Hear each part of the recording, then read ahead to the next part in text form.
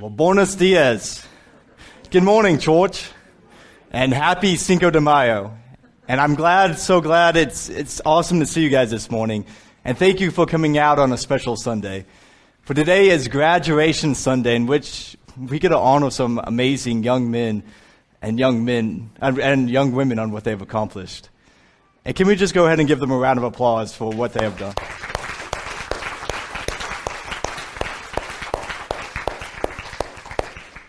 So congratulations, graduates. You practically made it. You're almost there, and I can't express how proud we are of each and every one of you of what you have done. And it's something that you should be proud of in church. It's something that we should be proud of them. Because not everybody graduates. Not everybody makes it to this mark. And it's something that I think is very important in our culture because it's the closest thing we have to a womanhood or a manhood trial. And graduates, you are young men and young women. And you have a family and a church family who loves you so much.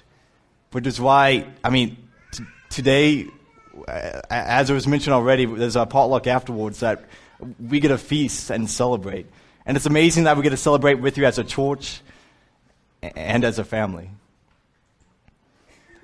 And church, I want to challenge us that yes, some of our graduates are staying here. But both those who are staying and both those who are leaving, that we don't need to forget about them. That we need to continue to pray for them and encourage them and love on them. Because this world is a broken and scary place. And we need each other to lift each other up and encourage each other. And graduates, one of the amazing things about the church is that it doesn't just exist here in Rolla. That exists in Arkansas and Texas, across the seas in Africa and China. That the church knows no bounds. That it doesn't matter if you're a man or a woman. It doesn't matter if you're rich or poor. It doesn't matter what ethnic group that you're part of. That everybody is welcome to the table of the Lord. And the amazing thing about that no matter where you go, you can fellowship with the church. And we need to be a people that encourage each other and love on each other. And a people that others will want to come to and fellowship with us. So graduation is an amazing time. It's also a scary and intimidating time because it's a time of change. It's a time of transition. And there's a lot of you out there today that might not be graduating. But maybe you're going through or have experienced recently or about to go through a transitional time of yourself. Whether that be having a new kid or moving to a new house or going to a new grade. That as long as we're living, we're going through changes. And some of those changes may be good that we look forward to and we can't wait for. And some of those changes that happen suddenly may be bad. But they change us. And then there's some changes that happen that it might be a mixture of both. But unless if we're in the grave, we're going to be constantly changing. And it's something that we need to embrace. And something that we don't always have to be afraid of. Graduation is also a great time to pass on some last-minute wisdom. Because things are about to change, about to go into a new chapter of your life. And there might be a few things parents are thinking of you want to share with your teens before things change. And there's some really great wisdom and some really great quotes that you can find out there. Such as this one from Frederick Buechner. That you can kiss your family and friends goodbye and put miles between you. But at the same time, you carry them within your heart, your mind, and your stomach. Because you do not just live in a ward, but a ward lives in you. Or one man you may hear quoted a lot at different graduations, because even though he was a children's author, he had a lot of wise things to say, is Dr. Seuss. For today you are you that is truer than true, and there's nobody alive who is youer than you. And then also if you pay attention and listen, you can find that there's wisdom all around you, such as from our own Tom Baird, that he wrote, "A child should always know that it is loved. Love shouldn't have to be guessed. It should be expressed. Love should not be confused with approval." And even though there's a lot of great places and a lot of great young men and women that we can get wisdom from, the ultimate wisdom comes from the Father. And so today, church, I'm going to be reading a lot from the words of Jesus during a very important transitional time for him and his disciples. I want us to take to heart his words, what he was expressing, and to listen and to see the challenges that it has for us. So if you will, I want us to go back about 2,000 years ago. And imagine that we're in a room that is much smaller than this, a small, intimate place, and we see 14 men. And we see one of them stand up, and he goes over to the door where there's a bull. And he takes out his outer clothes and he wraps a towel around himself, which is something that is surprising and shocking. For in the culture back then, because sandals were the fashion, you would walk around all the time and your feet would get dirty and nasty, that it was polite when you went into a house that you would wash your feet. If you had a host or a hostess who was being really, really gracious to you and wanted you to feel really welcome, then they would wash your feet for you. If you walked into a house that was pretty rich, then there would be servants who would wash your feet for you. But it wasn't a custom for a rabbi, a renowned teacher who would go around the country and people would come to him and ask him questions, or bring their kids to him, or bring people who were sick or injured and have them heal them. It wasn't custom for such a man to wash the feet of other men. And yet Jesus picked up this bowl, and he went to one of the men, and he grabbed their feet, and he began to wash them. And I can imagine that the disciples were just shocked, and maybe they tried to resist, or maybe they didn't know what to say. But he went from man to man washing their feet. And Peter knew that there was something wrong. And either he was trying to call teacher out, or maybe he was struggling with his own pride. And he said, "Teacher, you should have washed my feet." And Jesus, with love in his eyes, looked at him and said, that if I do not wash your feet, you can't take part with me. And so Peter, being the gung-ho attitude that he had, says, "Then don't just wash my feet, but my hands and my head as well." And Jesus said to him, "Your feet's enough. For all of you are clean but one." And so Jesus went around the room, washing the feet of these 12 men, with Peter and James, John, Andrew, and Thomas.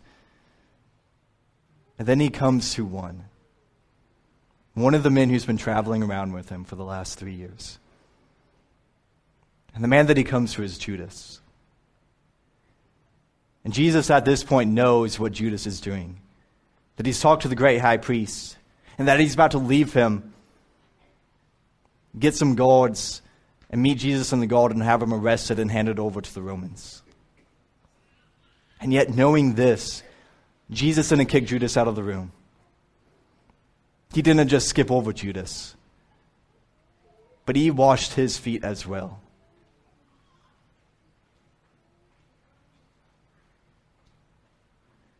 And after he's washed all of these 12 men's feet, he takes off the towel and he sits back at the table with them.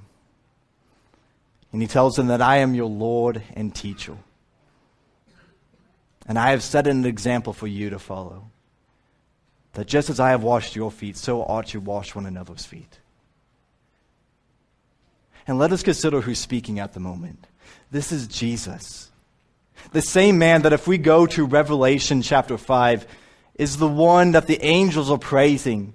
The one that they say, worthy is the Lamb, holy, holy is he. That he is part of the Trinity, that he is God. That he is the one who lived in heaven, who is worshipped by angels. And yet he decided to come down to earth, to be in a body that sweats, that can get hurt, to be in a world that is broken and sinful.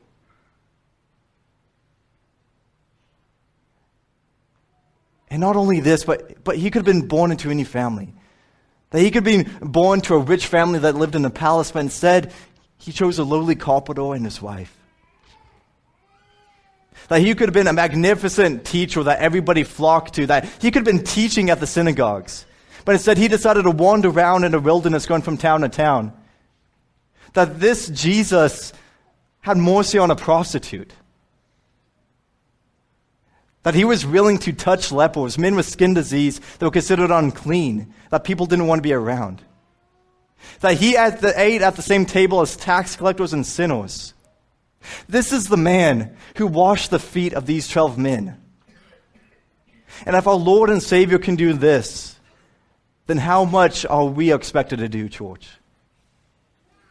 And maybe it's not a custom today to wash each other's feet.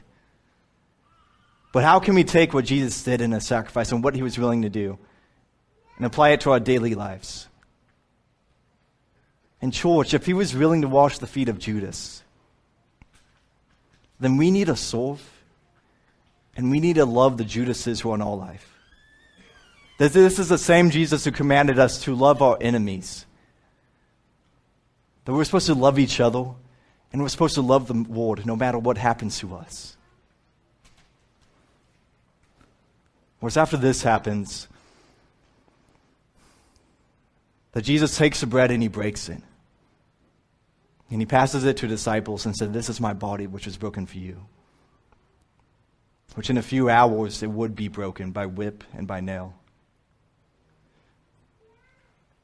And then he took a cup, which was filled with wine, and he passed the disciples as a drink. "For this is my blood, which was spilled for the forgiveness of sins." And then Judas would leave them. And Jesus would prophesy that Peter would deny him 3 times.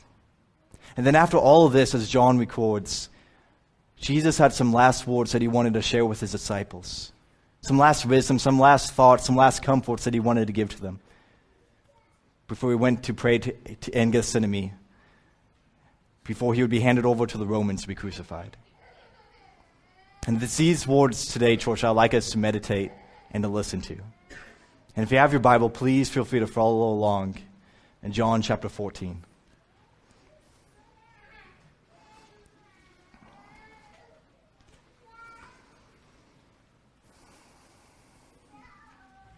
John chapter 14.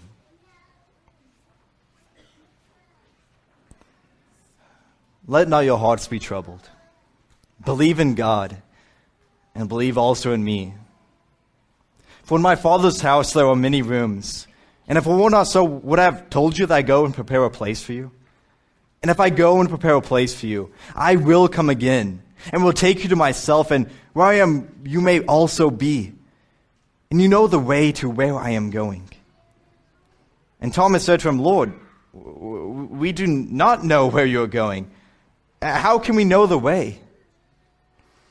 And Jesus said to them, "I am the way, the truth, and the life. And no one comes to the Father except through me. If you had known me, you would have known my Father also. And from now on, you do know him and have seen him." Philip said to him, "Lord, show us the Father, and it's enough for us." Jesus said to him, "Have I been with you so long, and you still do not know me, Philip? Whoever has seen me has seen the Father. So how can you say, 'Show us the Father'? Do you not believe that I am in the Father and the Father is in me? The words that I say to you, I do not speak of my own authority, but the Father who dwells in me does his works. Believe me that I am in the Father and the Father is in me, or else believe on account of the works themselves. Truly, truly, I say to you, whoever believes in me will also do the works that I do.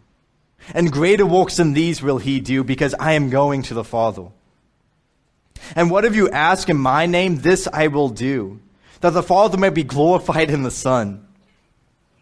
If you ask me anything in my name, I will do it. If you love me, you will keep my commandments. And I will ask the Father, and he will give you another helper, to be with you forever, even the Spirit of truth, whom the world cannot receive because it neither sees him nor knows him. But you know him, for he dwells with you and will be in you. I will not leave you as orphans. I will come to you. Yet a little while, and the world will see me no more. But you will see me.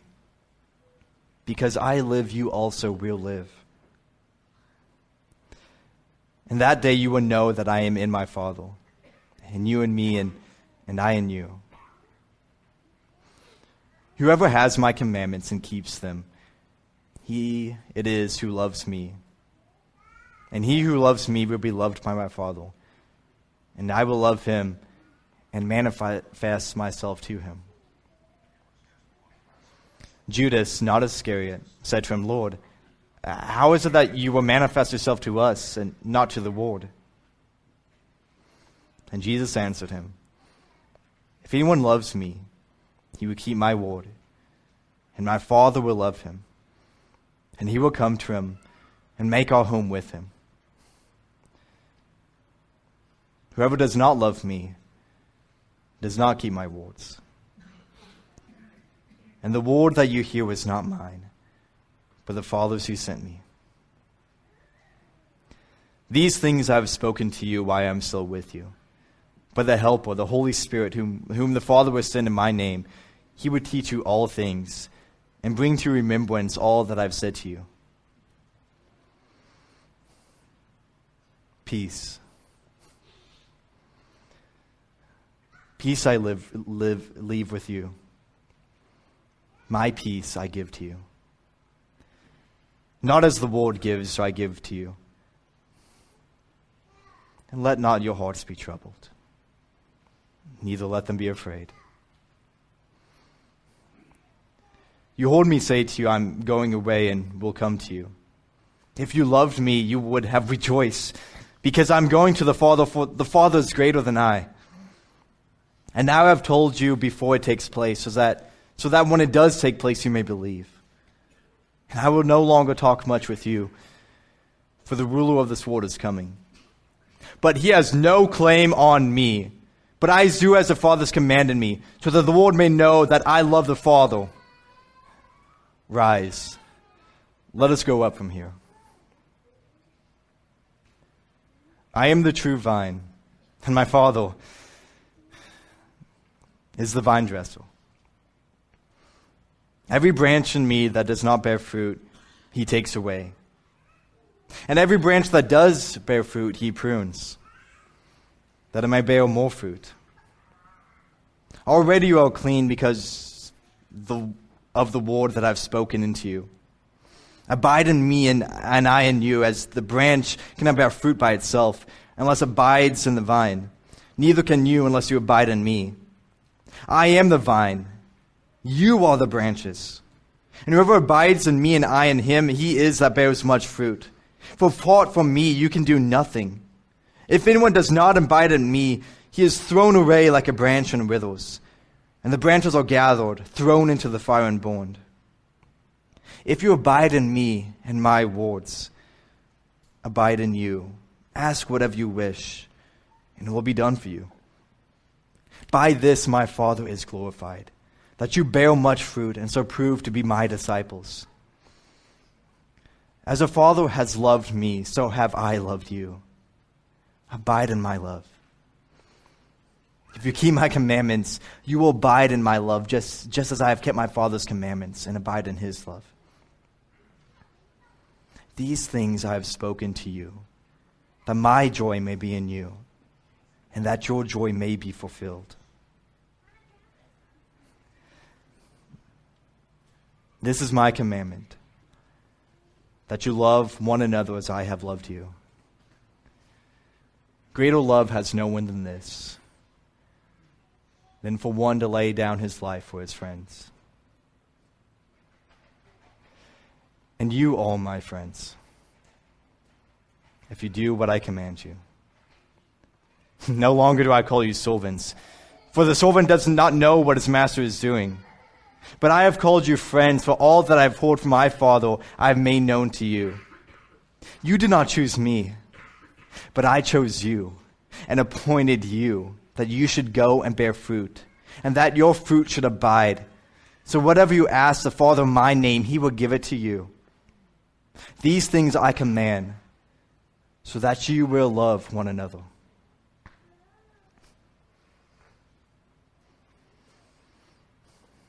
If the world hates you,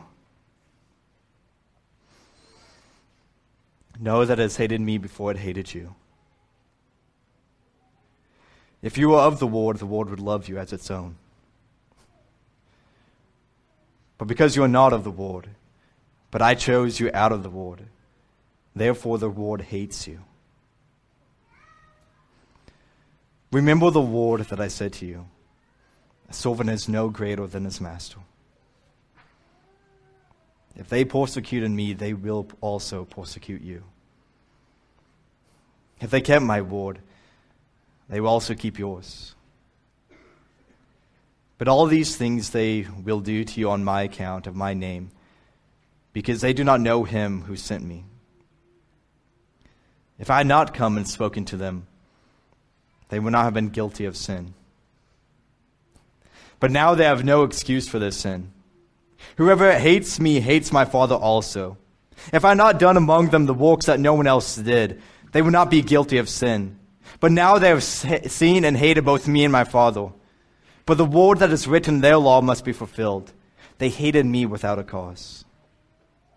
But when the Helper comes, whom I will send to you from the Father, the Spirit of truth, who proceeds from the Father, he will bear witness about me. And you also will bear witness, because you have been with me from the beginning. I have said all these things to you to keep you from falling away. They will put you out of the synagogues. Indeed, the hour is coming when whoever kills you will think he is offering service to God. And they will do these things because they have not known the Father nor me. But I have said these things to you, that when their hour comes, you may remember that I told them to you. I did not say these things to you from the beginning because I was with you. But now I'm going to him who sent me.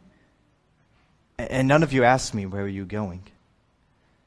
But because I have said these things to you, sorrow has filled your heart. Nevertheless, I would tell you the truth. It is to your advantage that I go away.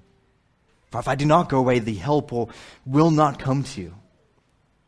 But if I go, I will send him to you. And when he comes, he will convict the world concerning sin, righteousness, and judgment. Concerning sin, because they do not believe in me. Concerning righteousness, because I go to the Father, and you will see me no longer. Concerning judgment, because the ruler of this world is judged. I still have many things to say to you, but you cannot bear them now. When the Spirit of truth comes, he would guide you into all the truth. For he will not speak on his own authority, but whatever he hears, he will speak. And he will declare to you the things that are to come. He would declare to you the things that are to come. He would glorify me, for he would take what is mine and declare it to you. All that the Father has is mine, therefore I said that he will take what is mine and declare it to you. A little while, and you will see me no longer. And again, a little while, and you will see me. So some of his disciples said to one another, what is this that he says to us? A little while, and you will not see me, and again, and a little while, you will see me, and because I'm going to the Father. So they were saying, what does he mean by a little while? We do not know what he is talking about. Jesus knew what they wanted to ask him. So he said to them, is this what you're asking yourselves? What I meant by saying a little while, and you will not see me, and again a little while, and you will see me? Truly, truly, I say to you, you will weep and lament, but the world will rejoice. You will be sorrowful, but your sorrow will turn into joy. For when a woman is giving birth, she has sorrow because her hour has come. But when she has delivered the baby, she no longer remembers the anguish for joy that a human being has been born into the world. So also you have sorrow now, but I will see you again. And your hearts will rejoice, and no one will take your joy from you. And that day you will ask nothing of me. Truly, truly, I say to you, whatever you ask of the Father in my name, he will give it to you. Until now you have asked nothing in my name. Ask, and you will receive, that your joy may be full. I have said these things to you in figures of speech. The hour is coming when I will no longer speak to you in figures of speech, but will tell you plainly about the Father. And that day you will ask in my name. And I do not say to you that I will ask the Father on your behalf, for the Father himself loves you, because you have loved me and have believed that I have came from God. I came from the Father, and I've come into the world, and now I'm leaving the world and going to the Father. His disciples said, now you speak plainly, and not using figurative speech. Now we know all things, and do not need anyone to question you. This is why we believe that you came from God. Jesus answered them, do you now believe? Behold, the hour is coming. Indeed, it has come, when you will be scattered, each to his own home, and will leave me alone. Yet I am not alone, for the Father is with me. I have said these things to you, that in me you may have peace. In the world you will have tribulation. But take heart, I have overcome the world. When Jesus had spoken these words, he lifted up his eyes to heaven and said, Father, the hour has come. Glorify your Son, that the Son may glorify you, since you have given him authority over all flesh, to give eternal life to all whom you have given him. And this is eternal life, that they know you are the only true God, and Jesus Christ whom you have sent. I have glorified you on earth, having accomplished the work that you have gave me to do. And now, Father, glorify me in my own presence with the glory that I had with you before the world began. I have manifested your name to the people. You gave me out of the world. Yours they were, and you gave them to me, and they have kept your word. Now they know that everything that you have given me is from you. For I have given them the words that you gave me, and they have received them, and have come to know in truth that I came from you, and they have believed that you sent me. I am praying for them. I am not praying for the world, but for those whom you have given me, for they are yours. All mine are yours, and yours are mine, and I am glorified in them. And I am no longer in the world, but they are in the world. And I am coming to you. Holy Father, keep them in your name, which you have given me, that they may be one, even as we are one. While I was with them, I kept them in your name, which you have given me. I have guarded them, and not one of them has been lost except the son of destruction, that the scriptures might be fulfilled. But now I'm coming to you, and these things I speak in the word, that they may have my joy fulfilled in themselves. I have given them your word, and the world has hated them, because they are not of the world, just as I am not of the world. And I do not ask that you take them out of the world, but that you keep them from the evil one. They are not of the world, just as I am not of the world. Sanctify them in the truth. Your word is truth. As you sent me into the world, so I have sent them into the world. For their sake, I consecrate myself, that they also may be sanctified in truth.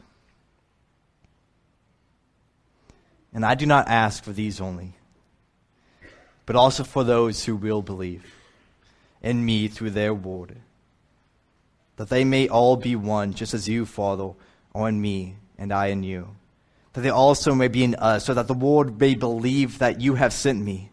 The glory that you have given me I have given to them, that they may be one even as we are one, I in them and you in me, that they may become perfectly one, so that the world may know that you sent me and loved them even as you loved me. Father, I desire that they also, whom you have given me, may be with me where I am, to see my glory that you have given me because you loved me before the foundation of the world. O righteous Father, even though the world does not know you, I know you. And these know that you have sent me. I made known to them your name, and I'll continue to make it known, that the love with which you have loved me may be in them, and I in them.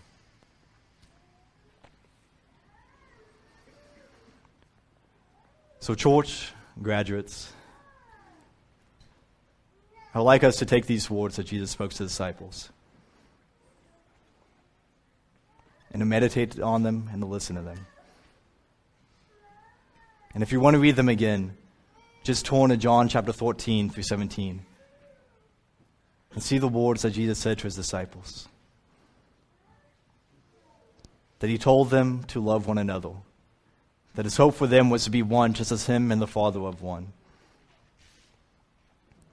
He told them that he was the way, the truth, and the life, and that no one could get to the Father except through him.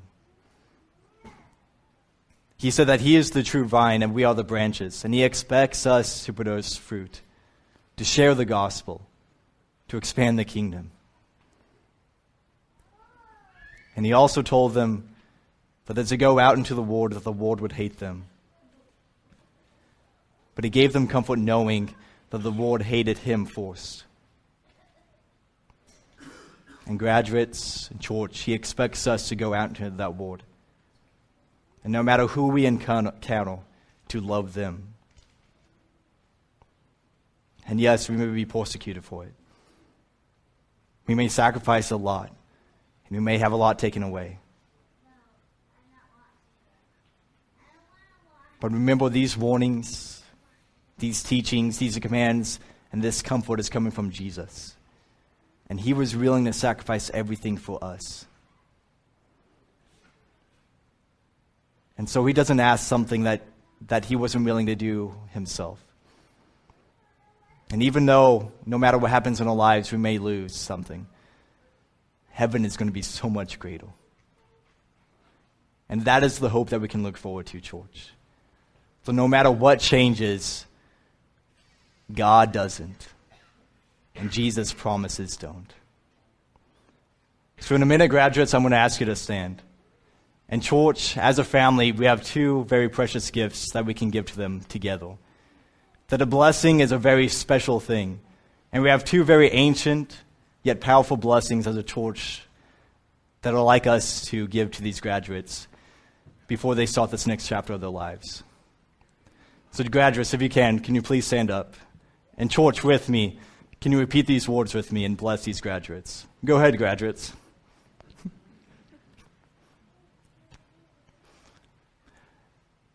Church, it is the Lord who goes before you. He will be with you.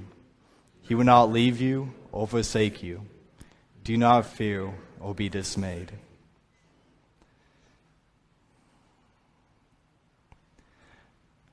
Go ahead and go to the next one. The Lord bless you and keep you. The Lord make his face shine upon you. Gracious to you. The Lord lift up his countenance upon you and give you peace. Graduates, congratulations.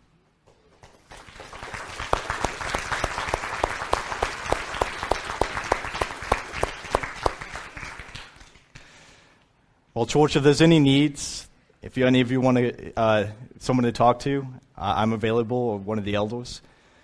Or if you want to join this family with the immersion of baptism, please feel free to come up. As together we all stand and sing this next song.